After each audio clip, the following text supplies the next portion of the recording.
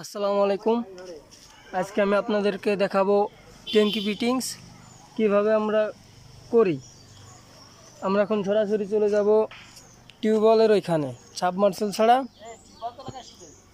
আমরা সাবমার্সেলের ওইখান থেকে লাইন খনন করে এই পাশ দিয়ে ফুটো করে লাইনটা উপরে আনিছি। এইখান থেকে সরাসরি চলে গেছে ট্যাঙ্কিতে।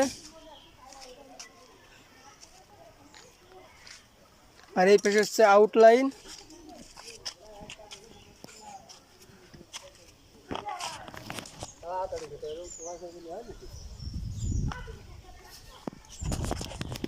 এটা হচ্ছে বাথরুমের পানির লাইন।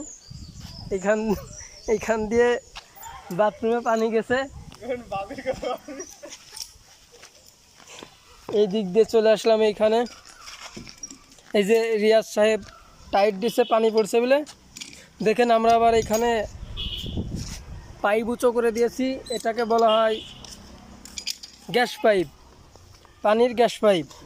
এইখান দিয়ে চলে গেছে ওই পাশে আর একটা বাথরুম, এইখানেও একটা গ্যাস পাইপ দিছি আমরা।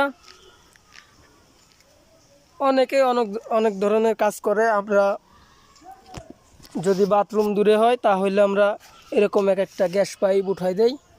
আপনারা দেখতে পাচ্ছেন এই পাশেও একটা গ্যাস পাইপ আছে, ট্যাঙ্কির ওইখানেও একটা গ্যাস পাইপ আছে। দেখেন আমাদের ট্যাঙ্কি ফিটিংস কীরকম হয়েছে আপনারা কমেন্ট করে জানাবেন। আর লাইক কমেন্ট ফলো দিয়ে দিবেন।